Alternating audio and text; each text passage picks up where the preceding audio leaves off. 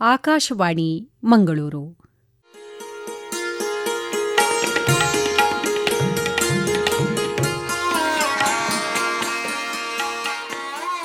ಈಗ ಕೇಳಿ, ನಿವೃತ್ತ ಪ್ರಾಧ್ಯಾಪಕರು ಹಾಗೂ ಅಬ್ಬಕ್ಕ ಸಂಶೋಧನಾ ಕೇಂದ್ರದ ನಿರ್ದೇಶಕರಾದ ಡಾ. ತುಕಾರಾಂ ಪೂಜಾರಿ ಇವರೊಂದಿಗೆ ನಡೆಸಿದ ಸಂದರ್ಶನದ ಮೊದಲ ಭಾಗ. ಸಂದರ್ಶಿಸಿದವರು ಸೂರ್ಯನಾರಾಯಣ ಭಟ್ ಪಿಎಸ್. ಈಗ ನಮ್ಮ ಜೊತೆ ಇದ್ದಾರೆ ಡಾಕ್ಟರ್ ತುಕಾರಾಂ ಪೂಜಾರಿಯವರು. ನಿಮಗೆಲ್ಲ ಗೊತ್ತಿದ್ದ ಹಾಗೆ ದಕ್ಷಿಣ ಕನ್ನಡದ ಒಂದು ಚಾರಿತ್ರಿಕ ಅಧ್ಯಯನದ ಪುಟಗಳನ್ನು ತೆರೆದುಕೊಂಡರೆ ಡಾಕ್ಟರ್ ತುಕಾರಾಂ ಪೂಜಾರಿಯವರ ಹೆಸರು ಅದರಲ್ಲಿ ಮುಂಚೂಣಿಯಲ್ಲಿ ಬರ್ತದೆ. ಅವರು SVS ಕಾಲೇಜ್ ಬಂಟ್ವಾಳದಲ್ಲಿ ಪ್ರಾಧ್ಯಾಪಕರಾಗಿ, ಹಾಗೆ ಇನ್ನೂ ಹಲವು ಕಾಲೇಜುಗಳಲ್ಲಿ ಪ್ರಾಧ್ಯಾಪಕರಾಗಿ ಕೆಲಸ ಮಾಡಿದರು. ಜೊತೆಗೆ ಅಲ್ಲಿ ವೈಸ್ ಪ್ರಿನ್ಸಿಪಾಲ್ ಆಗಿ ತಮ್ಮ ವೃತ್ತಿ ಜೀವನವನ್ನು ಕೊನೆಗೊಳಿಸಿದರು. ಆದರೂ ಕೂಡ ಅವರ ಅಧ್ಯಯನಶೀಲತೆ ಇದರಿಂದಾಗಿ ಇನ್ನೂ ಕೂಡ ಅವರು ನಿರಂತರವಾಗಿ ಕೆಲಸದಲ್ಲಿ ಇದ್ದಾರೆ. ದಕ್ಷಿಣ ಕನ್ನಡದ ಚರಿತ್ರೆಯಲ್ಲಿ ಅವರು ಕಂಡುಕೊಂಡಂತಹ ವಿಷಯಗಳು, ಅವರು ಕೈಗೊಂಡಂತಹ ಅಧ್ಯಯನ, ಅವರ ಒಂದು ಮ್ಯೂಸಿಯಂ ಏನಿದೆ, ಇದೆಲ್ಲದರ ಬಗ್ಗೆ ನಾವು ಅವರನ್ನು ಮಾತಾಡಿಸುವ. ನಮಸ್ಕಾರ ಸರ್. ನಮಸ್ಕಾರ ಸರ್. ಈಗ ನಿಮ್ಮ ಬದುಕಿನ ಬಗ್ಗೆ ಹೇಳೋದಿದ್ರೆ, ನೀವೊಬ್ಬ ಹಿಸ್ಟರಿ ಅಥವಾ ಚರಿತ್ರೆಯ ಒಬ್ಬ ಪ್ರಾಧ್ಯಾಪಕ ಆಗಬೇಕು ಅಂತ ನೀವು ಚಿಕ್ಕಂದಿನಲ್ಲಿ ಬಯಸಿದ್ದುಂಟಾ? ಹೌದು. ಅಂದರೆ ನನ್ನ ವಿದ್ಯಾರ್ಥಿ ಜೀವನದಲ್ಲಿ ನಾನು ಎಲ್ಲಕ್ಕಿಂತ ಹೆಚ್ಚಾಗಿ ಪ್ರೀತಿಸ್ತಾ ಇದ್ದಂಥ ವಿಷಯ ಅಂತಂದರೆ ಚರಿತ್ರೆ. ಆ ಚರಿತ್ರೆಯ ವಿಷಯದ ಮೇಲೆ ನನಗೆ ವಿಶೇಷವಾದಂತಹ ಆಸಕ್ತಿ ಎಳವೆಯಲ್ಲಿ ಮೂಡುವುದಕ್ಕೆ ಬಹುಶಃ ನನಗೆ ನನ್ನ ಪ್ರೈಮರಿ ಶಾಲಾ ಜೀವನದ ಮಟ್ಟದಲ್ಲಿ ಚರಿತ್ರೆಯನ್ನು ಪಾಠ ಮಾಡ್ತಾ ಇದ್ದಂಥ ಅಧ್ಯಾಪಕರು ಅಂತ ಮೊದಲಿಗೆ ನಾನು ಹೇಳಲಿಕ್ಕೆ ಇಷ್ಟಪಡ್ತೇನೆ. ಅದರಲ್ಲಿಯೂ ಒಬ್ಬರು ಕೃಷ್ಣ ಭಂಡಾರಿ ಅಂಥೇಳಿ ಅಧ್ಯಾಪಕರಿದ್ದರು. ಅವರು ಆ ಕಾಲಕ್ಕೆ ಸುಮಾರು ಈಗ ನಾವು ಮಾತಾಡುವಂಥದ್ದೊಂದು 50 ವರ್ಷ, 5 ದಶಕಗಳ ಹಿಂದಿನ ಚರಿತ್ರೆಯನ್ನು, ಅದಕ್ಕಿಂತಲೂ ಪೂರ್ವದ ಹಿಂದಿನ ಚರಿತ್ರೆಯನ್ನು ನಾವು ಮೆಲುಕು ಹಾಕ್ತಾ ಇರುವಂಥದ್ದು. ಆ ಕಾಲಕ್ಕೆ ಒಂದು ಶಾಲೆಯಿಂದ ಪ್ರವಾಸ ಹೋಗುವಂಥದ್ದು ಸರ್ವೇ ಸಾಮಾನ್ಯವಾದ ವಿಚಾರವಾಗಿತ್ತು. ಹಾಗೆಂತ ಹೇಳಿ ಈ ಪ್ರವಾಸಕ್ಕೆ ಮಕ್ಕಳನ್ನು ಕಳುಹಿಸಿಕೊಡುವಂತಹ ಒಂದು ಆರ್ಥಿಕ ಸಾಮರ್ಥ್ಯ ಆ ಕಾಲದ ತಂದೆ ತಾಯಿಗಳಿಗೆ ಇರಲಿಲ್ಲ. ಅಧ್ಯಾಪಕರು ಕೂಡ ಆ ಪ್ರವಾಸವನ್ನು ಬಹಳ ಒಂದು ಶ್ರಮವಹಿಸಿ ವಿದ್ಯಾರ್ಥಿಗಳಿಗೆ ನಮ್ಮ ಒಂದು ಚರಿತ್ರೆಯೋ ಪರಂಪರೆಯೋ ಅಥವಾ ಈ ಒಂದು ನೆಲದ ಹಿನ್ನೆಲೆಯನ್ನು ಸಾರುವಂತಹ ಸಾಂಸ್ಕೃತಿಕ ಕೇಂದ್ರಗಳೇನಿವೆ ಅಥವಾ ನಮ್ಮ ಚರಿತ್ರೆಗೆ ಸಂಬಂಧಪಟ್ಟಂತಹ ಅರಮನೆಗಳು, ಕೋಟೆ ಕೊತ್ತಲಗಳು, ಇದನ್ನೆಲ್ಲ ತೋರಿಸುವಂತಹ ಒಂದು ಉತ್ಸಾಹ ಅಧ್ಯಾಪಕರಿಗೆ ಇದ್ದಿರುವಂಥದ್ದನ್ನು ನಾನು ಕಂಡುಕೊಂಡಿದ್ದೇನೆ. ಹಾಗಾಗಿ ಆ ಸಂದರ್ಭದಲ್ಲಿ ನನ್ನನ್ನು ಬಹುಶಃ ಪ್ರವಾಸಕ್ಕೆ ಕರ್ಕೊಂಡು ಹೋಗಿರತಕ್ಕಂಥ ಈ ಅಧ್ಯಾಪಕರುಗಳ ಕೊಡುಗೆಯೇ ನಾನು ಇತಿಹಾಸದ ಮೇಲೆ ವಿಶೇಷವಾದಂತಹ ಆಸಕ್ತಿ ಹೊಂದುವುದಕ್ಕೆ ಕಾರಣ ಅಂತ ನಾನಿಲ್ಲಿ ಹೇಳಲಿಕ್ಕೆ ಇಷ್ಟಪಡ್ತೇನೆ. ಎಲ್ಲಿಗೆ ನೀವು ಪ್ರವಾಸ ಹೋಗಿದ್ರಿ ಅಂತ ನೆನಪಾಗ್ತದ? ಖಂಡಿತ. ಮೊದಲಿಗೆ ನಮ್ಮನ್ನು ಪ್ರವಾಸಕ್ಕೆ ಕರ್ಕೊಂಡು ಹೋದದ್ದು ಬೇಲೂರು ಮತ್ತು ಹಳೇಬೀಡಿಗೆ. ಆ ಕಾಲಕ್ಕೆ 3 ದಿನದ ಪ್ರವಾಸ ವ್ಯವಸ್ಥೆ ಆಗಿತ್ತು. ಬೇಲೂರು, ಹಳೇಬೀಡು, ಶ್ರವಣಬೆಳಗೊಳ, ಮೈಸೂರು ಅಂತ ಹೇಳಿ. ಸೊ ಈ 3 ದಿನದ ಪ್ರವಾಸಕ್ಕೆ ನಮಗೆ ಒಂದು ಅದರ ಖರ್ಚು ವೆಚ್ಚದ ಬಾಬ್ತು ಕೊಡೋದಕ್ಕಿದ್ದದ್ದು ಕೇವಲ 15 ರೂಪಾಯಿ. ಆದರೆ ಆ 15 ರೂಪಾಯಿಯನ್ನು ಕೊಡುವಂಥ ಸಾಮರ್ಥ್ಯ ಕೂಡ ನಮಗಿರಲಿಲ್ಲ. ನಮ್ಮ ಅಧ್ಯಾಪಕರು, ನಾನು ಪ್ರಾಥಮಿಕ ಶಿಕ್ಷಣವನ್ನು ಪಡೆದಿರುವಂಥದ್ದು ನಮ್ಮ ಈಗ ಕಡೇಶ್ವಾಲೆ ಸಮೀಪ ಒಂದು ಪೆರ್ಲಾಪು ಅನ್ನೊಂದು ಊರಿದೆ, ಅಲ್ಲಿಯ ಪ್ರೈಮರಿ ಶಾಲೆಯಲ್ಲಿ. ಸೊ ಅಲ್ಲಿ ಒಂದು ಪ್ರವಾಸಕ್ಕೆ ಕರ್ಕೊಂಡು ಹೋಗುವ ಅಷ್ಟು ಸಂಖ್ಯೆಯ ವಿದ್ಯಾರ್ಥಿಗಳು ಸಿಗ್ತಾ ಇರಲಿಲ್ಲ. ಕಡೇಶ್ವಾಲೆಯ ಮತ್ತು ನಮ್ಮ ಮಾಣಿ ಪ್ರೈಮರಿ ಶಾಲೆಯವರು ಸೇರಿಕೊಂಡು ಪ್ರವಾಸಕ್ಕೆ ಹೋಗ್ತಾ ಇದ್ದದ್ದು. ಮೊದಲ ನನ್ನ ಪ್ರವಾಸವೇ ಬೇಲೂರಿಗೆ. ಆ ನೆನಪನ್ನು ಇವತ್ತಿಗೂ ನಾನು ಈ ಮಾತನ್ನು ಹಲವು ಸಂದರ್ಭಗಳಲ್ಲಿ ನಾನು ನೆನಪು ಮಾಡಿಕೊಂಡಿದ್ದೇನೆ. ಆ ಕಾಲಕ್ಕೆ ಆ ಪ್ರೈಮರಿ ಶಾಲೆಯ ಹೆಡ್ ಮಾಸ್ಟರ್ ಆಗಿದ್ದವರು ಅಚ್ಯುತ್ ರಾಯರು ಅಂತೇಳಿ, ಅವರು ಈ ಬೇಲೂರಿಗೆ ಹೋದ ಸಂದರ್ಭದಲ್ಲಿ ಆ ಬೇಲೂರಿನ ವಾಸ್ತುವಿಶೇಷವನ್ನು ಬಹಳ ಆಸಕ್ತಿಯಿಂದ ಅದನ್ನು ವಿವರಿಸುವಂಥದ್ದು ಅಥವಾ ಅದರ ಮಹತ್ವವನ್ನು ಹೇಳುವಂಥದ್ದು, ಅಥವಾ ಹಳೇಬೀಡಿಗೆ ಹೋದ ಸಂದರ್ಭದಲ್ಲಿ ಪರಕೀಯರಿಂದ ಆಗಿರತಕ್ಕಂಥ ದಾಳಿಯಿಂದ ನಮ್ಮ ಒಂದು ಸಾಂಸ್ಕೃತಿಕ ಕೇಂದ್ರಕ್ಕೆ ಅಥವಾ ಇತಿಹಾಸದ ಒಂದು ಸ್ಮಾರಕಕ್ಕೆ ಆಗಿರತಕ್ಕಂತಹ ತೊಂದರೆಯನ್ನು ಎಲ್ಲ ವಿವರಿಸುವಾಗ ಅದು ನಮ್ಮ ಈ ನೆಲದ ಒಂದು ಹೆಮ್ಮೆ. ಅದು ಬಹುಶಃ ನೋಡಿ 1000 ವರ್ಷದ ಹಿಂದಿನ ಆ ಒಂದು ಸ್ಮಾರಕ ಇವತ್ತಿಗೂ ಕೂಡ ಅದೇ ಸ್ವರೂಪದಲ್ಲಿ ಉಳಿದು ಬಂದಿರುವಂಥದ್ದು. ಕೇವಲ ಒಂದು ಬೇಲೂರು, ಇಡೀ ನಮ್ಮ ದೇಶವ್ಯಾಪ್ತಿ ಇಂತಹ ಒಂದು ಸಾಂಸ್ಕೃತಿಕ ಕೇಂದ್ರಗಳು, ಇತಿಹಾಸಕ್ಕೆ ಸಂಬಂಧಪಟ್ಟಿರ್ತಕ್ಕಂಥ ಸ್ಮಾರಕಗಳು, ಕೋಟೆ ಕೊತ್ತಲು ಅರಮನೆಗಳು, ಇದನ್ನೆಲ್ಲ ನಾವು ಬಹುಶಃ ನೆನಪು ಮಾಡಿಕೊಂಡ್ರೆ ಈ ನೆಲದ ಬಗ್ಗೆ ಬಹುಶಃ ನಮಗೆ ಎಂಥ ಒಂದು ಅಭಿಮಾನ, ಎಂಥ ಒಂದು ಪ್ರೀತಿ, ಎಂಥ ಒಂದು ಭಕ್ತಿ ಹುಟ್ಟಿಕೊಳ್ತದೆ ಅನ್ನುವಂಥದ್ದನ್ನು ಹೇಳೋದು ಕಷ್ಟ. ಯಾಕೆ ಈ ಮಾತನ್ನು ನಾನು ಹೇಳ್ತಾ ಇದ್ದೇನೆ ಅಂತಂದರೆ, ಒಂದು ನೆಲದ ಬಗ್ಗೆ, ನನ್ನ ದೇಶದ ಬಗ್ಗೆ, ನನ್ನ ದೇಶದ ಇತಿಹಾಸದ ಬಗ್ಗೆ ಒಂದು ನನ್ನಲ್ಲಿ ಅಭಿಮಾನ ಮೂಡಬೇಕಾದ್ರೆ, ಪ್ರೀತಿ ಹುಟ್ಟಬೇಕಾದ್ರೆ, ಗೌರವ ಬೆಳಿಬೇಕಾದ್ರೆ ಇಂತಹ ಪ್ರವಾಸದ ಅಗತ್ಯ ಇದೆ. ಸರಿ, ಈಗ ಪ್ರವಾಸದಲ್ಲಿ ನಿಮಗೆ ಬೇಲೂರು ಹಳೆಬೀಡನ್ನು ತೋರಿಸಿದ್ರು, ಅದು ನಿಮಗೆ ಆಸಕ್ತಿದಾಯಕವಾಗಿತ್ತು, ಮುಂದೆ ಇದುವೇ ಒಂದು ನಿಮ್ಮ ಅಧ್ಯಯನದ ಎಳೆಯಾಗಿ ಮೂಡಿಬಂತು ಅಂತ? ಖಂಡಿತ ಸರ್. ಅದು ನಾನು ಆ ಎಳೆಯ ಮನಸ್ಸಿನಲ್ಲಿ ಬಿತ್ತಿದ ಬೀಜ ಇದೆಯಲ್ಲ, ಅದು ಯಾವಾಗ ಮೊಳಕೆ ಹೊಡೆದು ಹೆಮ್ಮರವಾಗ್ತದೆ ಅಂತ ಹೇಳುವುದಕ್ಕೆ ಸಾಧ್ಯ ಇಲ್ಲ. ಇದಕ್ಕೆ ನಾನು 10 ಉದಾಹರಣೆಗಳನ್ನು ಕೊಡಬಲ್ಲೆ. ಹಾಗಾಗಿ ಆ ಹೊತ್ತಿಗೆ ನನ್ನ ಅಧ್ಯಾಪಕರು ಈ ರೀತಿಯ ಒಂದು ಆ ಅಭಿರುಚಿಯನ್ನು ನಮ್ಮ ಮನಸ್ಸಿನಲ್ಲಿ ಬಿತ್ತಿದ್ರಲ್ಲ, ಈ ಋಣವನ್ನು ಸಂದಾಯ ಮಾಡುವಂಥದ್ದು ಖಂಡಿತ ಸಾಧ್ಯ ಇಲ್ಲ. ಬಹುಶಃ ಅದರ ಒಂದು ನೆರಳು ಅಂತ ನಾನು ಹೇಳ್ತೇನೆ. ಇವತ್ತೇನು ರಾಣಿ ಅಬ್ಬಕ್ಕ ತುಳು ಅಧ್ಯಯನ ಕೇಂದ್ರ ಮತ್ತು ತುಳು ವಸ್ತು ಸಂಗ್ರಹಾಲಯ ಖಂಡಿತವಾಗಿ ಒಂದು ಚರಿತ್ರೆಯೋ, ಸಂಸ್ಕೃತಿಯೋ, ಪರಂಪರೆಗೆ ಸಂಬಂಧಪಟ್ಟ ಹಾಗೆ ಒಂದು ನೆಲೆಯನ್ನು ಕಂಡುಕೊಂಡಿದೆ. ಸೊ ಇದಕ್ಕೆ ಕಾರಣ ಆ ಪ್ರವಾಸದ ಒಂದು ಕೊಡುಗೆ ಬಹಳಷ್ಟಿದೆ ಅಂತ ನಾನು ಹೇಳಲಿಕ್ಕೆ ಇಷ್ಟಪಡ್ತೇನೆ. ನೀವು ಹೇಳಿದ್ರಿ ಪ್ರವಾಸಕ್ಕೆ ಹೋಗಲಿಕ್ಕೆ ನಿಮ್ಮಲ್ಲಿ ಆಗಲಿ ಅಥವಾ ನಿಮ್ಮ ಜೊತೆಗಿನ ಸಹಪಾಠಿಗಳಲ್ಲಾಗಲಿ ಒಂದು 15 ರೂಪಾಯಿ ಅದನ್ನು ಕೊಡುವಷ್ಟು ಕೂಡ ತಂದೆ ತಾಯಿಯರಿಗೆ ಭರಿಸಲಿಕ್ಕೆ ಸಾಧ್ಯ ಇರಲಿಲ್ಲ ಆಗ ಅಂತ. ಹೌದು. ಹಾಗಿದ್ರೆ ನಿಮ್ಮ ಹುಟ್ಟು, ನಿಮ್ಮ ಮನೆ ಎಲ್ಲ ಎಲ್ಲಿ, ಹೇಗೆ? ಸರ್, ಆ್ಯಕ್ಚುಲಿ ನಾವು ಕೃಷಿ ಕುಟುಂಬಕ್ಕೆ ಸೇರಿದವರು. ಕೃಷಿ ನಮ್ಮ ಮುಖ್ಯ ಉದ್ಯೋಗ ಆಗಿತ್ತು. ಬಹುಶಃ ನನ್ನ ಕುಟುಂಬದ ಬಗ್ಗೆ ನಾನು ಹೇಳೋದಿದ್ದರೆ, ನಾವು ಭೂಮಾಲಕರಲ್ಲ, ಆದರೆ ಇದು ಗೇಣಿಗೆ ಪಡ್ಕೊಂಡ ಜಾಗವನ್ನು ಕೃಷಿ ಮಾಡ್ತಾ ಇದ್ದದ್ದು. ಆದರೆ ಆ ಕಾಲಕ್ಕೆ ದೊಡ್ಡ ಮಟ್ಟದ, ದೊಡ್ಡ ಹೆಸರಿನ ಒಂದು ಕುಟುಂಬ ಅನ್ನುವಂಥದ್ದು ನನಗೆ ಒಂದು ಹೆಮ್ಮೆಯ ವಿಚಾರ. ಅದರಲ್ಲಿಯೂ ನನ್ನ ಆ ಕಾಲಕ್ಕೆ ಕಡಿಶೋಲೆ ಸಮೀಪದ ಪಲಸ್ತೋಡಿ ಅನ್ನೋ ಜಾಗದಲ್ಲಿ ನಮ್ಮ ಹಿರಿಯರು ಇದ್ದಿರುವಂಥದ್ದು. ಆ ಕಾಲಕ್ಕೆ ಒಂದು 60-70 ಜನ ಇದ್ದಂಥ ಕುಟುಂಬ ಅಂತೆ ಅದು. ಆದರೆ ನಾನು ಒಂದು ಪ್ರೈಮರಿ ಶಾಲೆಗೆ ಸೇರೋ ಹಂತಕ್ಕಾಗುವಾಗ ಆ ಕುಟುಂಬ ವಿಭಜನೆಯಾಗಿ ನಾವು ಪ್ರತ್ಯೇಕ ಒಂದು ನೆಲೆ ಮಾಡಿಕೊಂಡಿದ್ದು. ಹಾಗಾಗಿ ಅಲ್ಲಿಂದ ನಾವು ಶಾಲೆಗೆ ಹೋಗುವಂಥದ್ದು. ಅದೇ ನಮ್ಮ ಈ ಪಲಸ್ತೋಡಿಯ ಪಕ್ಕಕ್ಕೆ ಕೆರಂಗೋಡಿ ಅನ್ನುವಂಥ ಒಂದು ಪ್ರದೇಶ ಇದೆ, ಒಂದು ಜಾಗ ಇದೆ. ನಮ್ಮ ಮನೆ ಹೆಸರು ಕೆರಂಗೋಡಿ ಅಂತೇಳಿ. ಸೊ ಅಲ್ಲಿ ನಮ್ಮ ಪಾಲಿಗೆ ಬಂದಂತಹ ಕೃಷಿ ಭೂಮಿಯನ್ನು ನಾವು ನೋಡ್ತಾ ಇದ್ವು. ಸೊ ಅದು ಆ ಕಾಲಕ್ಕೆ ಒಂದಷ್ಟು ಗೇಣಿ ಕೊಡಬೇಕು, ಉಳಿದ್ರೆ ನಮಗೆ. ಸೊ ಈ ರೀತಿಯ ಸ್ಥಿತಿ ಇತ್ತು. ಇದು ನನ್ನ ಕತೆ ಮಾತ್ರ ಅಲ್ಲ, ಆ ಕಾಲಕ್ಕೆ ಹೆಚ್ಚಿನ ಕುಟುಂಬದ ಕತೆಗಳು ಹೀಗೆ. ನಿಮ್ಮ ಮನೆಯಲ್ಲಿ ನಿಮ್ಮ ತಂದೆ ತಾಯಿಗಳಿಗೆ ನೀವೆಷ್ಟು ಜನ ಮಕ್ಕಳು, ಏನೇನು ಮಾಡ್ತಾ ಇದ್ದೀರಿ? ಸರ್, ಈಗ ನಮಗೆ, ನನ್ನ ತಂದೆ ತಾಯಿಗಳಿಗೆ ನಾವು 7 ಜನ ಮಕ್ಕಳು. 7 ಜನ ಮಕ್ಕಳಲ್ಲಿ ದೊಡ್ಡಣ್ಣ ಮಡಿಕೇರಿಯಲ್ಲಿ, ಆನಂತರ ನನ್ನ ಅಣ್ಣ ಅವರು ಈಗ ನಮ್ಮ ಕುಟುಂಬಕ್ಕೆ ಬಂದಿರುವಂಥ ಭೂಮಿಯ ಒಂದು ಕೃಷಿ ಕಾರ್ಯ ಮಾಡಿಕೊಂಡಿದ್ದಾರೆ. ಆನಂತರದ ನನ್ನ ಅಕ್ಕ, ಅವರು ಗೋವಾದಲ್ಲಿ ಸೆಟ್ಲಾಗಿದ್ದಾರೆ. ಆ ನಂತರ ಇನ್ನೊಬ್ಬ ಅಣ್ಣ ಸುದರ್ಶನ ಅಂತೇಳಿ, ಅವರು ನಾಗ್ಪುರದಲ್ಲಿ ಅವರದೇ ಆಗಿರತಕ್ಕಂಥ ಒಂದು ಉದ್ಯಮ ನಡೆಸ್ತಾ ಇದ್ದಾರೆ. ಆ ನಂತರ ನಾನು ಅದೇ ನನ್ನ ಶಿಕ್ಷಣವನ್ನು ಪಡೆದ ನಂತರ ಈ ಉದ್ಯೋಗಕ್ಕೆ ಸೇರಿಕೊಂಡೆ. ನಾನು ಒಂದು ರೀತಿಯಲ್ಲಿ ಇಷ್ಟಪಟ್ಟ ಉದ್ಯೋಗವೇ ಅಂತ ಹೇಳಿದರೆ ತಪ್ಪಾಗಲಿಕ್ಕಿಲ್ಲ. ಇನ್ನೊಬ್ಬಳು ನನ್ನ ತಂಗಿ ಇದೇ ಮಂಗಳೂರಿನಲ್ಲಿ ಸೆಟ್ಲಾಗಿದ್ದಾಳೆ. ಅವಳು ಇನ್ನೊಬ್ಬ ನನ್ನ ತಮ್ಮ, ಅವ ಊರಲ್ಲಿ ಸೆಟ್ಲಾಗಿದ್ದಾನೆ, ಕೃಷಿ ಕಾರ್ಯವೇ ಮಾಡ್ತಾಯಿದ್ದೆ. ಈಗಿನ ನಿಮ್ಮ ಕುಟುಂಬದ ಒಂದು ಸ್ಥಿತಿ ಗತಿ. ಈಗ ಮುಖ್ಯವಾಗಿ ನಿಮ್ಮ ಶಾಲೆಗೆ ಹೋಗುವ ನೆನಪುಗಳನ್ನು ಮಾಡಿದರೆ, ನೀವು ಶಾಲೆಗೆ, ಪ್ರೈಮರಿ ಶಾಲೆಗೆ ಎಲ್ಲಿ ಹೋದದ್ದು, ಹೇಗೆ? ಸರ್, ಈಗಾಗಲೇ ನಾನು ಕಡಿಶಾಲೆಯ ಸಮೀಪದ ಪೆರ್ಲಾಪ್ ಅನ್ನೋ ಊರಿನಲ್ಲಿ ಪ್ರೈಮರಿ ಶಾಲೆ ನನ್ನದು ಶಿಕ್ಷಣ. ಇದು 7ನೇ ಕ್ಲಾಸ್ನವರೆಗೆ ನಾನು ಅಲ್ಲಿ ಓದಿದೆ.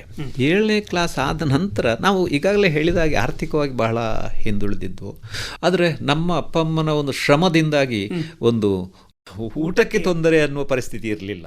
ಹಾಗಾಗಿ 7ನೇ ಕ್ಲಾಸಿನಲ್ಲಿ ನಾನು ತೇರ್ಗಡೆ ಆದ ತಕ್ಷಣಕ್ಕೆ ಮುಂದೆ ಏನು ಅನ್ನುವಂಥ ಪ್ರಶ್ನೆ ಬಂತು.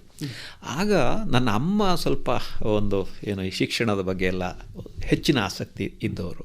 ಅಪ್ಪ ಅಫ್ಕೋರ್ಸ್ ಮಕ್ಕಳು ಓದಬೇಕು, ಓದಿದರೆ ವಿರೋಧ ಏನಂತಲ್ಲ, ಆದರೆ ಒಂದು ನಿರ್ದಿಷ್ಟ ದೃಷ್ಟಿಕೋನ ಅಂತ ಇರಲಿಲ್ಲ ಅವರಿಗೆ. ಹಾಗಾಗಿ ನನ್ನ ಅಮ್ಮನ ಒತ್ತಾಸೆಯಂತೆ ನನ್ನನ್ನು ಮುಂಬೈಗೆ ಕಳಿಸಿದರು. ನಾನು ಮುಂಬೈಯಲ್ಲೇ ಇದ್ದಿದ್ದು. ಆಗ national Kannada education society Wadala ಅಂತ ನನ್ನ ಶಾಲೆ. ಈ ಕಲಿನ ಅಥವಾ ಒಕ್ಕುಲದಿಂದ ನಾನು ವಡಾಲಕ್ಕೆ ಹೋಗುವಂಥದ್ದು. ಆ ಕಾಲಕ್ಕೆ ವಡಾಲಕ್ಕೆ ಹೋದ ತಕ್ಷಣ ಹೈಸ್ಕೂಲ್ನಲ್ಲಿ ಏನು ಮಾಡ್ತಾಯಿದ್ರು ಅಂತಂದರೆ ಇದೇ ಮಾಕ್ ಸೈರನ್ನು ಹೊಡೆಯುವಂಥದ್ದು. ಬಡಬಡ ಬಡಬಡ ಅಂತ ಮಕ್ಕಳೆಲ್ಲ ಹೋಗಿ ಓಪನ್ ಗ್ರೌಂಡಿಗೆ ಹೋಗಿ ತಲೆ ಕೌಚಿ ಹಾಕಿ ಕೆಳಗೆ ಕಿವಿ ಮೂಗಿಗೆ ಬೆರಳಿಟ್ಕೊಂಡು ಅಂಗಾತ ಮಲಗುವಂಥದ್ದು. ಇದನ್ನೆಲ್ಲ ಇವತ್ತು ನಾನು ಅದನ್ನು ಮೊನ್ನೆ ಆ ಮಾಕ್ ಡ್ರಿಲ್ನ ಸಂದರ್ಭ ಬಹಳಷ್ಟು ನೆನಪು ಮಾಡಿಕೊಂಡೆ. 1971 ಇಂಡೋ ಪಾಕ್ ವಾರ ಆಯ್ತಲ್ಲ, ಬಾಂಗ್ಲಾ ಪ್ರತ್ಯೇಕ ಆಗಿರ್ತಕ್ಕಂಥ ಸಂದರ್ಭ ಅದು.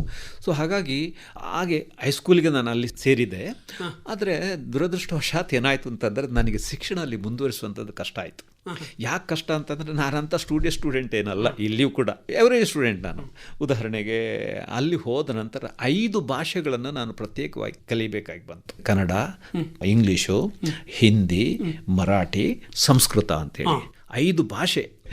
ಹಾಗಾಗಿ ಬಹಳ ಶ್ರಮಪಟ್ಟೆ ನಾನು. ಭಾಳ 9ನೇ ಕ್ಲಾಸಿಗಾಗುವ ವಾಪಸ್ ಊರಿಗೆ ಬಂದೆ ನಾನು. ಮತ್ತು ನಾನು ನಮ್ಮ ಇದೇ ಉಪ್ಪಿನಂಗಡಿಯ ಒಂದು ಗೌರ್ಮೆಂಟ್ ಜೂನಿಯರ್ ಕಾಲೇಜಿಗೆ ಸೇರಿದೆ. ಇಲ್ಲಿ ಹೈಸ್ಕೂಲ್ ಆಯಿತು. ಆನಂತರ PUC ಕೂಡ ಅದೇ ಜೂನಿಯರ್ ಕಾಲೇಜಲ್ಲಿ ಮುಗಿಸಿ ಗೌರ್ಮೆಂಟ್ ಕಾಲೇಜಿಗೆ ಸೇರಿದೆ, ನಮ್ಮ ಮಂಗಳೂರು ಗೌರ್ಮೆಂಟ್ ಕಾಲೇಜು.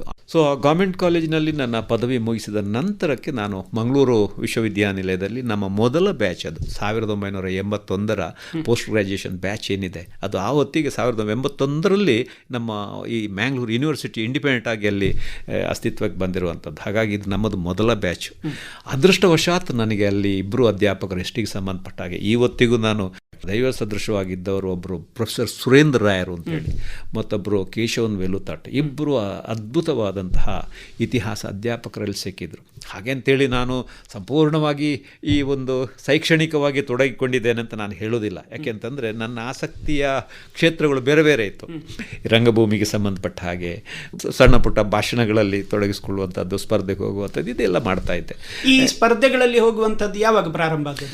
1978-79 ಹೊತ್ತು. ಆಗ ಈ ನಮ್ಮ ಟೌನ್ ಹಾಲ್ ಇದೆಯಲ್ಲ, ಅದು ಒಂದು ಸಾಂಸ್ಕೃತಿಕ ಕೇಂದ್ರ ಆಗಿತ್ತದು. ಯಂಗ್ ಜೈಂಟ್ಸ್ ಅಂತೆ, ರೋಟರಿ ಕ್ಲಬ್ನವರು, ಲಯನ್ಸ್ ಕ್ಲಬ್ನವರು, ಇವರೆಲ್ಲ ಈ ಬೇರೆ ಬೇರೆ ಕಾಲೇಜಿನ ವಿದ್ಯಾರ್ಥಿಗಳಿಗೆ ಒಂದು ಪ್ರತಿಭೆಯ ಸ್ಪರ್ಧೆಗೆ ಅವಕಾಶ ಮಾಡಿಕೊಡ್ತಾಯಿದ್ರು. ವೆರೈಟಿ ಎಂಟರ್ಟೈನ್ಮೆಂಟ್ ಕಾಂಪಿಟೇಷನ್ನು ಅಲ್ಲಿ ನಡೀತಾ ಇತ್ತು. ಪ್ರತಿ ಕಾಲೇಜಿಗೆ 20 ನಿಮಿಷ ಕೊಡೋರು. ಸೊ ಈ ಸಂದರ್ಭದಲ್ಲಿ ನಮ್ಮ ಗೌರ್ಮೆಂಟ್ ಕಾಲೇಜಿನ ಟೀಮು ಪ್ರತಿ ಸಲ ನಮ್ಮ ಈ ಸ್ಪರ್ಧೆಗೆ ಹೋದರೆ ಅಲ್ಲಿ ನಾವೊಂದು ಬಹುಮಾನ ಗೆಲ್ಲುವಂಥದ್ದು ಖಚಿತವಾಗಿತ್ತು. ನಮಗೆ ಪ್ರತಿಸ್ಪರ್ಧಿಯಾಗಿದ್ದವರು ಅಂತ ಹೇಳಿದರೆ ಇದೇ ನಮ್ಮ ಉಡುಪಿ ಆಯುರ್ವೇದಿಕ್ ಕಾಲೇಜಿನ ಮೋಹನ್ ಆಳ್ವರ ಟೀಮು. ಮೋಹನ್ ಆಳ್ವರು ಬಂದರು ಅಂದ ತಕ್ಷಣಕ್ಕೆ ನಮ್ಮದು ಕೈಕಾಲು ಬಿದ್ದೋಗ್ತ ಸಂದರ್ಭದಲ್ಲಿ ಒಮ್ಮೆ ಏನಾಯಿತು ಅಂತಂದರೆ, ನಾನು ಒಂದು ಯಮನ ಆಸ್ಥಾನ ಅಂತ ಒಂದು ಸ್ಕಿಟ್ ಮಾಡಿದೆ ನಮ್ಮ ಕಾಲೇಜ್ ವತಿಯಿಂದ ಟೌನ್ ಹಾಲ್ನಲ್ಲಿ. ನಾನು ಯಮನ ಪಾತ್ರ ಮಾಡಿದ್ದಕ್ಕೆ ನಮಗೆ ಫಸ್ಟ್ ಪ್ಲೇಸ್ ಬಂತು. ಫಸ್ಟ್ ಪ್ಲೇಸ್ ಬಂದು ಆಗ ಒಂದು ಫಸ್ಟ್ ಪ್ಲೇಸ್ ಒಂದು ದೊಡ್ಡ ವಿಷಯ. ಭಾಳ ಒಂದು ಇದು ಏನು ಸಂತೋಷದಿಂದ ಗ್ರೀನ್ ರೂಮಲ್ಲಿ ಆಚೆ ಓಡಾಡ್ತಾ ಬಣ್ಣ ಕಳಿಸೋ ಕೆಲಸ ಆಗ್ತಾಯಿತ್ತು. ಆಗ ಒಬ್ಬರು ಪ್ರಾಯದವರು ಸ್ವಲ್ಪ ಹುಡುಕೊಂಬಂದರು ನನ್ನನ್ನು. ಟೋಪಿ ಹಾಕ್ಕೊಂಡಿದ್ದಾರೆ, ಜುಬ್ಬ ಹಾಕಿದ್ದಾರೆ, ಒಂದಷ್ಟು ಕಾಲು ನೋವು ಅವರಿಗೆ. ಯಾರು ಏನು ಅಂತ ಯಾರು ನೀನನ್ನು ಕೇಳ್ತಾ ಇದ್ದಾರೆ. ಬಹುಶಃ ಭಯಪಡ್ತಲೇ ಹೋದೆ, ಯಾಕಪ್ಪ ನನ್ನನ್ನು ಕೇಳ್ಕೊಂಬರ್ತಾ ಇದ್ದಾರೆ ಅಂತೇಳಿ. ನೋಡಿ, ನೀನೇನು ತುಕಾರಾಮ್ ಪೂಜಾರಿ ಅಂತ ಹೇಳಿ ಅರ್ಧ ಜೀವ ಹೋಗಿತ್ತು. ಹೌದು, ಭಾರಿ ಚೆನ್ನಾಗಿ ಮಾಡಿದೆ ನೀನು, ನಿನಗೆ ನಿಜವಾಗಿ ಒಂದು ರಂಗಭೂಮಿಯಲ್ಲಿ ಒಳ್ಳೆ ಟ್ಯಾಲೆಂಟ್ ಉಂಟು, ಹಾಗೆ ಹೀಗೆ ಅಂತೇಳಿ ಬೆಣ್ಣು ತಟ್ಟಿದ್ರು. ನಾನು ಎಲ್ಲರೂ ಉಮೇಶ್ ರಾವ್ ಅಂತೇಳಿ, ರಾಮರಾವ್ ಆ್ಯಂಡ್ ಕಂಪನಿ ನಿನ್ನ ಕಾಲೇಜಿನ ಎದುರುಗಡೆ ಇದೆ ನನ್ನ ಕನ್ನಡಕದ ಅಂಗಡಿ, ಇವತ್ತಿನಿಂದ ನೀನಲ್ಲಿ ಬರ್ತಾ ಇರಬೇಕು ನನ್ನ ಪಕ್ಕಕ್ಕೆ, ಏನು ಫ್ರೀ ಇದ್ದಾಗ ಬರಬೇಕು ನನಗೆ. ಬಹಳ ಸಂತೋಷ ಆಯ್ತು. ಅಂಥ ಒಬ್ಬ ಹಿರಿಯ ವ್ಯಕ್ತಿ, ಅವರು ಜಡ್ಜ್ ಆಗಿದ್ದರಲ್ಲಿ. ಆ ನಂತರದಿಂದ ನನಗೆ ಎಲ್ಲೂರು ಉಮೇಶ್ ರಾಯರ ಒಂದು ಬಹಳ ಸಮೀಪದ ಒಡನಾಟ. ಎಲ್ಲಿವರೆಗೆ ಅಂತಂದರೆ, ಒಂದು ದಿನ ಅವರು ನನ್ನಲ್ಲಿ ಪ್ರಶ್ನೆ ಮಾಡಿದರು, ಹೌದು ನೀನು ಇತಿಹಾಸ ಓದ್ತಾ ಇದ್ದು ಸರಿ, ನಿನ್ನ ರಾಣಿ ಅಬ್ಬಕ್ಕನ ಬಗ್ಗೆ ಏನು ಗೊತ್ತಿದೆ? ನಾನು ಅವರಿಗೆ ಅಬ್ಬಕ್ಕನ ಹೆಸರು ಕೇಳಿದ್ದೇನಾದರೂ ಕೂಡ ನನ್ನ ಮನಸ್ಸಿನಲ್ಲಿ ಇಲ್ಲ. ಅದು ಇತಿಹಾಸದ ವಿದ್ಯಾರ್ಥಿ ಆದರೂ ಕೂಡ ಈ ಲೋಕಲ್ ಹಿಸ್ಟ್ರಿ ಬಗ್ಗೆ, ಈಗ ಅಲೂಪರ ಬಗ್ಗೆಯೋ ಬಂಗ ಅಜಿಲ ಚೌಟ್ರ ಬಗ್ಗೆ ಏನೇನು ಗೊತ್ತಿಲ್ಲ. ಅಬ್ಬಕ್ಕನ ಬಗ್ಗೆ ಕೇಳಿದರೆ ಏನೂ ಗೊತ್ತಿಲ್ಲಲ್ಲಪ್ಪ ಅಂತ ತಬ್ಬಿಬ್ಬಾದೆ ನಾನು. ನಾಚಿಕೆ ಆಗಬೇಕು ನಿನಗೆ, ಏನು ನೀವು ಈ ಅಮೇರಿಕ ಇಂಗ್ಲೆಂಡಿನ ಇತಿಹಾಸ ಓದ್ತೀರಿ ವಿದ್ಯಾರ್ಥಿಗಳು? ನೋಡಿ, ನಮ್ಮ ನೆಲದ ಚರಿತ್ರೆ ನಮಗೆ ಮೊದಲು ಗೊತ್ತಿರಬೇಕು. ರಾಣಿ ಅಬ್ಬಕ್ಕ ಈ ನೆಲದ ರಾಣಿ, ಚೌಟ ಮನದಂದವಳು, ಇಡೀ ಐರೋಪ್ಯರನ್ನು ಅವರ ದಾಳಿ ಯಾವಾಗ ಪ್ರಾರಂಭ ಆಯಿತು? ನಿಮ್ಮ ವಾಸ್ಕೋಡಗಾಮನ ಆಗಮನದೊಂದಿಗೆ. ಸೊ ಈ ಪ್ರಪ್ರಥಮವಾಗಿ ಬಂದಿರತಕ್ಕಂಥ ವಾಸ್ಕೋಡಗಾಮನ ಆ ಪ್ರವೇಶ ಇದೆಯಲ್ಲ, ಅದು ಈ ಕರಾವಳಿಯಲ್ಲಿ ಒಂದು ಹೊಸ ಅಲೆಯನ್ನು ಎಬ್ಬಿಸ್ತು, ರಾಜಕೀಯವಾಗಿ, ಸಾಂಸ್ಕೃತಿಕವಾಗಿ, ಎಲ್ಲ ಕ್ಷೇತ್ರಕ್ಕೆ ಸಂಬಂಧಪಟ್ಟ ಹಾಗೆ. ಸೊ ಆನಂತರ ಪೋರ್ಚುಗಲ್ನ ಇದು ವ್ಯಾಪಾರ ವಹಿವಾಟು ಹೋಗೋದು ಬರೋದು ಸರ್ವೇ ಸಾಮಾನ್ಯವಾಗಿತ್ತು. ಕ್ರಮೇಣ ವ್ಯಾಪಾರದ ಉದ್ದೇಶದಿಂದ ಬಂದಂಥ ಪೋರ್ಚುಗೀಸರು ಈ ಕರಾವಳಿಯ ರಾಜಕೀಯ ಸ್ಥಿತಿಯನ್ನು ಕಂಡು ವಸಾಹತು ಸ್ಥಾಪನೆಗೆ ಒಳ್ಳೆಯ ಅವಕಾಶ ಅಂತೇಳಿ ತಿಳ್ಕೊಂಡು ಈ ಸ್ಥಳೀಯರನ್ನು ಬಹುಶಃ ಎಕ್ಸ್ಪ್ಲಾಯ್ಟ್ ಮಾಡೋದಕ್ಕೆ ಶುರು ಮಾಡಿದರು. ಕಪ್ಪ ಕೊಡುವಂಥದ್ದು, ಪ್ರತಿ ರಾಜ್ಯದಿಂದ ಕಪ್ಪ ವಸೂಲಿ ಮಾಡುವಂಥದ್ದು, ಸಾಗರೋತ್ತರ ವ್ಯಾಪಾರ ಮಾಡಬೇಕಾದ್ರೂ ಕೂಡ ಕಪ್ಪ ಕೊಡಬೇಕನ್ನುವಂಥ ಹಂತಕ್ಕೆ ಬಂದರೆ, ಇಂಥ ಸಂದರ್ಭದಲ್ಲಿ ಈ ಪೋರ್ಚುಗೀಸರ ಹುಟ್ಟಡಗಿಸಿದ ಕೆಲಸವನ್ನು ಮಾಡಿರುವಂಥದ್ದು ನಮ್ಮ ಉಳ್ಳಾಳದ ರಾಣಿ ಅಬ್ಬಕ್ಕ, ನೆನಪಿರಲಿ ನಿನಗೆ ಅಂತೇಳಿ ಈ ರೀತಿ ಒಂದಷ್ಟು ವಿವರಿಸಿ ಅದನ್ನು ಹೇಳಿದಾಗ, ಅಥವಾ ಹೇಳಿ ಅಬ್ಬಕ್ಕನನ್ನು ಬಹುಶಃ ನನ್ನ ಮನಸ್ಸಿನಲ್ಲಿ ಕೂರೋ ಹಾಗೆ ಮಾಡಿದವರು ನಮ್ಮ ಯಲ್ಲೂರು ಮೇಶ್ರಾಯರು.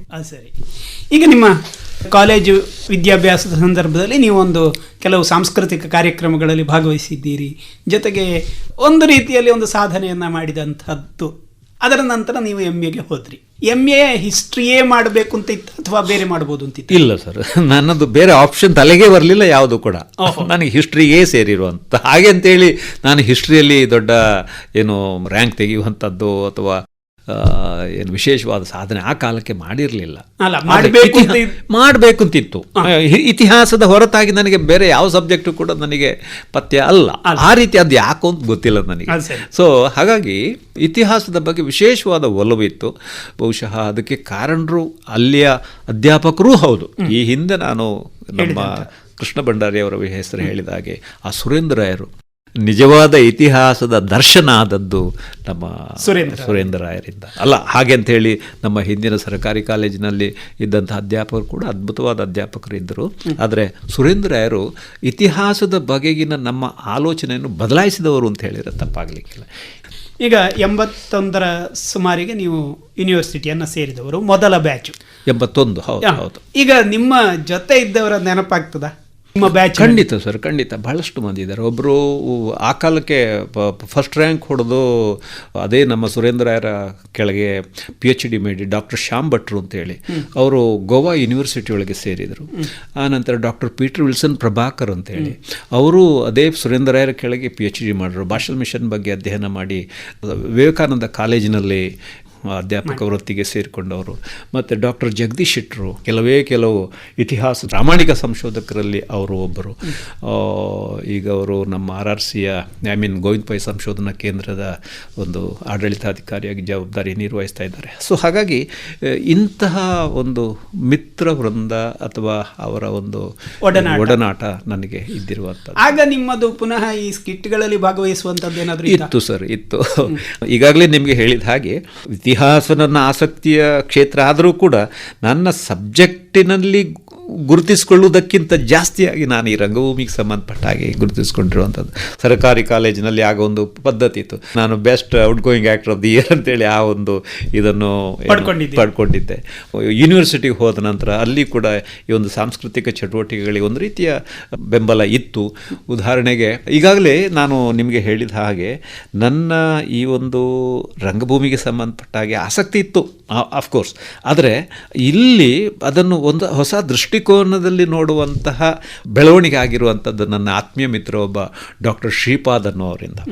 ಡಾಕ್ಟರ್ ಶ್ರೀಪಾದರು ಇತ್ತೀಚೆಗೆ ನಮ್ಮ ಗೋವಾ ಯೂನಿವರ್ಸಿಟಿಯಲ್ಲಿ ಆಂಗ್ಲ ಭಾಷೆಯ ವಿಭಾಗದ ಮುಖ್ಯಸ್ಥರಾಗಿ ನಿವೃತ್ತಿ ಆದವರು. ಅವರು ಬಹುಶಃ ನನ್ನ ನಾಟಕದ ಅಥವಾ ರಂಗಭೂಮಿಗೆ ಸಂಬಂಧಪಟ್ಟ ಹಾಗೆ ಹೊಸ ಆಲೋಚನೆಗೆ ಕಾರಣರಾದವರು, ನನ್ನಲ್ಲಿ ಹೊಸ ಆಲೋಚನೆ ಮೂಡುವುದಕ್ಕೆ ಕಾರಣರಾದವರು. ಅವರು ನಮ್ಮ ಯೂನಿವರ್ಸಿಟಿಗೆ ಸೇರಿಕೊಂಡು, ಅವರು ನನ್ನ ಸಮಕಾಲಿಗರು, ಅವರು ಇಂಗ್ಲೀಷ್ ಡಿಪಾರ್ಟ್ಮೆಂಟಲ್ಲಿದ್ದರು, ನಾನು ಹಿಸ್ಟ್ರಿಯಲ್ಲಿದ್ದೆ. ಸೊ ಅವರು ಅಲ್ಲಿ ಸೇರಿಕೊಂಡ್ರು. ನಾವೆಲ್ಲ ಆಗ ನಿಮಗೆ ಈಗ ತಮಾಷೆ ಅಂತ ಅನ್ನಿಸ್ತದೆ, ಈ ಯುವಕ ಸಂಘದ ನಾಟಕದ ಪ್ರಭಾವ ನಮ್ಮಲ್ಲಿ ಜಾಸ್ತಿ ಇತ್ತು. ಯೂನಿವರ್ಸಿಟಿಗೆ ಸೇರಿದ ನಂತರ ನವ್ಯ ನಾಟಕಗಳ ಬಗ್ಗೆ ಅಥವಾ ಹೊಸ ಮಾದರಿಯ ನಾಟಕಗಳನ್ನು ಒಂದು ಏನು ಅದರ ಬಗ್ಗೆ ಯೋಚನೆ ಮಾಡುವುದಕ್ಕೆ ಅಥವಾ ಅದರ ಬಗ್ಗೆ ಒಂದು ಆಸಕ್ತಿ ಮೂಡುವುದಕ್ಕೆ ಕಾರಣಕರ್ತರಾದವರು ನಮ್ಮ ಶ್ರೀಪಾದರು. ಅವರು ಮೊದಲಿಗೆ ಪ್ರೊಫೆಸರ್ ಅಮೃತ ಸೋಮೇಶ್ವರರ ಗೋಂದೋಳು ನಾಟಕವನ್ನು ಎತ್ತಿಕೊಂಡು ಅದರಲ್ಲಿ ನನಗೆ ಆ ಪೆರ್ಗಡೆ ಪಾತ್ರವನ್ನು ಕೊಟ್ಟು ಆ ಗೋಂದೋಳು ನಾಟಕವನ್ನು ಪ್ರದರ್ಶನ ಮಾಡಿದ್ದು ಎಲ್ಲ ಅಧ್ಯಾಪಕ ವರ್ಗಕ್ಕೆ. ಆಗ ಮ್ಯಾಂಗ್ಳೂರು ಯೂನಿವರ್ಸಿಟಿ ಅಂತಂದರೆ ಭಾಳಷ್ಟು ಲಿಮಿಟೆಡ್ ಡಿಪಾರ್ಟ್ಮೆಂಟ್ಗಳಿದ್ದದ್ದು, ಎಲ್ಲ ಅಧ್ಯಾಪಕರು ವಿದ್ಯಾರ್ಥಿಗಳಿಗೆ ವ್ಯತ್ಯಾಸವಿರಲಿಲ್ಲ, ಒಂದು ರೀತಿಯ ಮಿತ್ರರಾಗಿದ್ದವು ನಾವೆಲ್ಲ. ಸೊ ಬಹಳಷ್ಟು ಏನು ಮೆಚ್ಚುಗೆಗೆ ಪಾತ್ರ ಆಯಿತು ಆ ನಾಟಕ. ಈಗ ನೀವು MA ಪೂರೈಸಿದ್ರಿ, MA ಆದಮೇಲೆ ಏನು ಮುಂದಿನ ವಿದ್ಯಾಭ್ಯಾಸ ಮಾಡೋದು ಅಂತ ಇತ್ತ, ಹೇಗೆ? ಇಲ್ಲ ಸರ್, ಆಗ ಏನು ಅಂತಂದರೆ ಆಗ ಯಾವ ರೀತಿಯ ಒಂದು ವಾತಾವರಣ ಇತ್ತು ಅಂತಂದರೆ MA ಆದ ತಕ್ಷಣಕ್ಕೆ ಯಾವುದೋ ಒಂದು ಕಾಲೇಜಿಗೆ ಉಪನ್ಯಾಸಕನಾಗಿ ಸೇರಿಕೊಳ್ಳೋದು. ನಾನು ಪೋಸ್ಟ್ ಗ್ರ್ಯಾಜುಯೇಷನ್ ಆದ ತಕ್ಷಣಕ್ಕೆ ಮಂಗಳೂರಿನಲ್ಲಿ ಗೋಕರ್ಣನಾಥೇಶ್ವರ ಕಾಲೇಜು ಅಂತೇಳಿ ಆಗ ಸ್ಥಾಪನೆ ಆಗಿತ್ತು. ಅಲ್ಲಿ ಸೇರಿಕೊಂಡ್ರೆ ನನಗೆ ಈ ನಾಟಕದ ಹುಚ್ಚು ಬೆಳೀತಾನೆ ಇತ್ತು.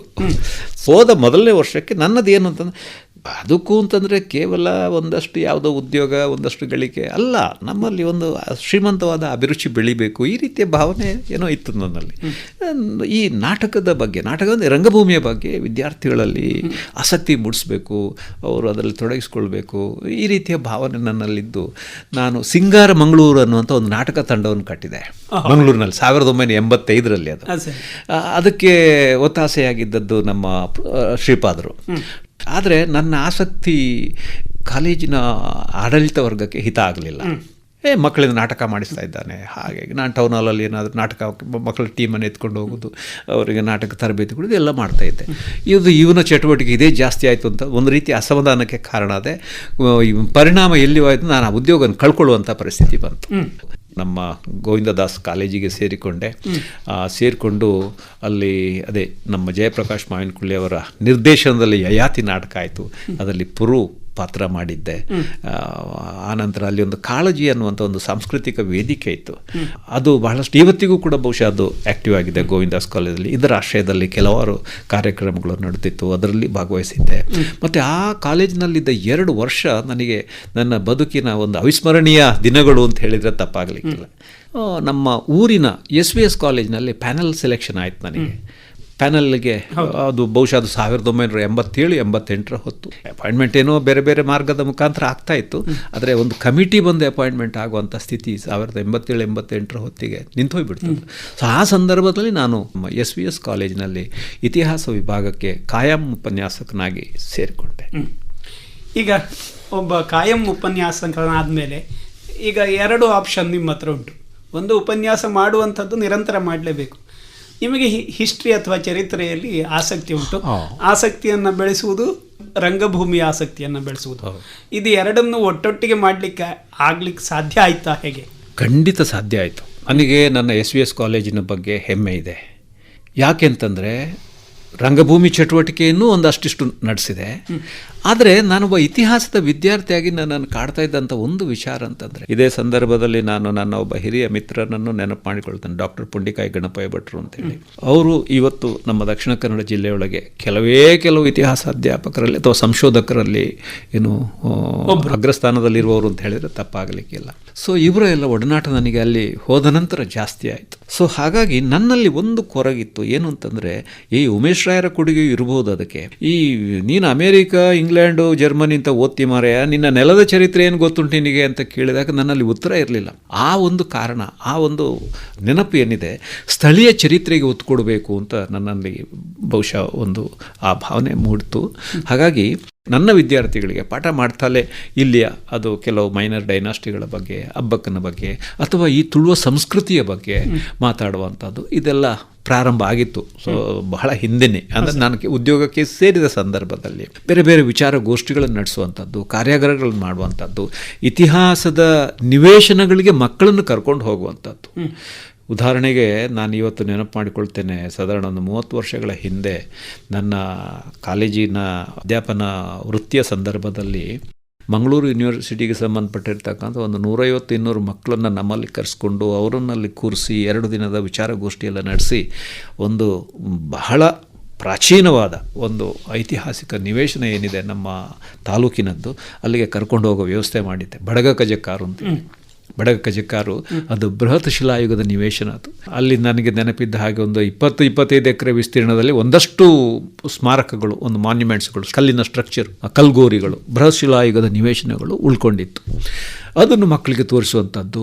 ಮತ್ತು ಅವಿಭಜಿತ ದಕ್ಷಿಣ ಕನ್ನಡ ಜಿಲ್ಲೆಯಲ್ಲಿ ಮೊದಲ ಬಾರಿಗೆ ಮನುಷ್ಯ ಎಲ್ಲಿ ಕಂಡು ಬಂದ ಅಂಥೇಳಿ ನೀವು ಪ್ರಶ್ನೆ ಹಾಕಿದರೆ ನಾನು ಅಲ್ಲಿ ಬೆಳೆದು ತೋರಿಸುವಂಥ ಪರಿಸ್ಥಿತಿ ಇತ್ತು. ಹಾಗಾಗಿ ಆ ಸ್ಥಳೀಯರನ್ನೆಲ್ಲ ಒಟ್ಟು ಸೇರಿಸಿ ಅವರಿಗೆ ಆ ಮಾನ್ಯುಮೆಂಟ್ಸ್ಗಳ ಬಗ್ಗೆ ಜಾಗೃತಿಯನ್ನು ಹುಟ್ಟುಹಾಕಿ ವಿದ್ಯಾರ್ಥಿಗಳಿಂದ ಅವರಿಗೆ ಹೇಳಿಸಿ ಏನೆಲ್ಲ ಮಾಡಿ ಇದನ್ನು ಉಳಿಸ್ಕೋಬೇಕು, ನಾವು ನಾಶ ಆಗಬಾರ್ದು ಅಂತೇಳಿ ಹೇಳಿ ಬಹಳ ಪ್ರಯತ್ನ ಪಟ್ಟದ್ದುಂಟು. ಆದರೆ ದುರದೃಷ್ಟ ಅಂತಂದರೆ 2500 ವರ್ಷದಿಂದ ಜೀವ ಹಿಡಿದುಕೊಂಡು ನಿಂತಿರ್ತಕ್ಕಂಥ ಆ ಬೃಹತ್ ಶಿಲಾಯುಗದ ಕಲ್ಗೋರಿಗಳು ಅಥವಾ ನಿವೇಶನಗಳು ಇವತ್ತು ನೀವು ಅಲ್ಲಿಗೆ ಹೋದರೆ ಒಂದೇ ಒಂದಿಲ್ಲ. ಭಾರತೀಯರಿಗೆ ಇತಿಹಾಸದ ಪ್ರಜ್ಞೆ ಇಲ್ಲ ಅಂತ ಒಬ್ಬ ವಿದೇಶಿಗ ಹೇಳಿದ್ದ. ಆ ಮಾತು ಕೇಳುವಾಗ ನಮಗೆ ಕೋಪ ಬರ್ಬೋದು ಇವತ್ತು. ಆದರೆ ನಾನು ಕೇಳ್ತಾ ಇದ್ದೇನೆ, ನಿಮಗೆ ಇತಿಹಾಸದ ಪ್ರಜ್ಞೆ ಇದೆಯಾ? ಈಗ ದೇಶ ಅಂದರೆ ಏನು, ನಮ್ಮ ಸಾಂಸ್ಕೃತಿಕ ಬೇರು, ನಮ್ಮ ಚರಿತ್ರೆ ಏನು ಅನ್ನುವಂಥದ್ದು ಮುಖ್ಯ ಆಗ್ತದೆ. ಇವತ್ತು ಭಾರತ ದೇಶಕ್ಕೆ ಏನಾದರೂ ಅಂತಾರಾಷ್ಟ್ರೀಯ ಮಟ್ಟದಲ್ಲಿ ಗೌರವ ಉಂಟು ಅಂತ ಹೇಳಿದರೆ ನೀವು ಆರ್ಥಿಕ ಕ್ಷೇತ್ರದಲ್ಲಿ ಸಾಧಿಸಿದ ಸಾಧನೆಗಾಗಿ ಅಲ್ಲ, ಇನ್ಯಾವುದೋ ಕಾರಣಕ್ಕಾಗಿ ಅಲ್ಲ, ನಮ್ಮ ಇಲ್ಲಿಯ ಚರಿತ್ರೆಗೆ ಸಂಬಂಧಪಟ್ಟ, ಸಾಂಸ್ಕೃತಿಕ ಬದುಕಿಗೆ ಸಂಬಂಧಪಟ್ಟ. ಇವತ್ತು ನಾವು ಮಾತಿಗೆ ಚಾಣಕ್ಯನನ್ನು ಉಲ್ಲೇಖ ಮಾಡ್ತೇವೆ, ಅಶೋಕನನ್ನು ಉಲ್ಲೇಖ ಮಾಡ್ತೇವೆ, ಚಂದ್ರಗುಪ್ತ ಮೌರ್ಯನನ್ನು ಉಲ್ಲೇಖ ಮಾಡ್ತೇವೆ, ಅಥವಾ ಇಲ್ಲಿಯ ಆ ಒಂದು ಬೃಹತ್ ಸ್ಮಾರಕಗಳನ್ನು ನಾವು ಕೋಟ್ ಮಾಡ್ತೇವೆ. ಅದು ಎಲ್ಲೋರದ ಕೈಲಾಸನಾಥ ದೇವಸ್ಥಾನ ಇರಬಹುದು, ಫತೇಪುರ್ ಸಿಕ್ರಿಯಲ್ಲಿರತಕ್ಕಂಥ ಮಾನ್ಯುಮೆಂಟ್ಸ್ಗಳಿರ್ಬೋದು, ಅಥವಾ ಇಡೀ ದೇಶವ್ಯಾಪಿ ಇರತಕ್ಕಂತಹ ಆ ಒಂದು ಐತಿಹಾಸಿಕ ನಿವೇಶನಗಳೇನಿವೆ, ಸ್ಮಾರಕಗಳೇನಿವೆ, ಇದು ನಮ್ಮ ಆಸ್ತಿ ತಾನೇ. ಎಂತೆಂಥ ಅದ್ಭುತವಾದ, ಇವತ್ತಿಗೂ ಕೂಡ ಅದರ ನಿಗೂಢತೆಯನ್ನು, ಸೂಕ್ಷ್ಮತೆಯನ್ನು ಅರ್ಥ ಮಾಡಿಕೊಳ್ಳುವುದಕ್ಕೆ ಸಾಧ್ಯವಾಗದ ಮಟ್ಟದ ವಾಸ್ತು ವಿಶೇಷಗಳು ನಮ್ಮ ದೇಶದಲ್ಲಿದೆ. ಸೊ ಹಾಗಾಗಿ ಇದರೆಲ್ಲ ಅರಿವು ನಮ್ಮವರಿಗೆ, ನಮ್ಮ ವಿದ್ಯಾರ್ಥಿಗಳಿಗೆ ಎಳವೆಯಲ್ಲಿ ಮುಟ್ಟಬೇಕು, ಎಳವೆಯಲ್ಲಿ ಸಿಗಬೇಕು. ಆ ಕೆಲಸವನ್ನು ನಮ್ಮ ಹಿರಿಯರು ಮಾಡ್ತಾಯಿದ್ರು. ಆದರೆ ಇವತ್ತು ಆ ಸ್ಥಿತಿ ಇಲ್ಲ ಅನ್ನುವಂಥದ್ದು ಕೊರಗಿನ ವಿಚಾರ. ಇದುವರೆಗೆ ನಿವೃತ್ತ ಪ್ರಾಧ್ಯಾಪಕರು ಹಾಗೂ ಅಬ್ಬಕ್ಕ ಸಂಶೋಧನಾ ಕೇಂದ್ರದ ನಿರ್ದೇಶಕರಾದ ಡಾಕ್ಟರ್ ತುಕಾರಾಂ ಪೂಜಾರಿ ಇವರೊಂದಿಗೆ ನಡೆಸಿದ ಸಂದರ್ಶನದ ಮೊದಲ ಭಾಗ ಕೇಳಿದಿರಿ. ಸಂದರ್ಶಿಸಿದವರು ಸೂರ್ಯನಾರಾಯಣ ಭಟ್ PS. ಮುಂದಿನ ಸಂಚಿಕೆಯಲ್ಲಿ ಸಂದರ್ಶನದ 2ನೇ ಭಾಗವನ್ನು ಕೇಳುವಿರಿ.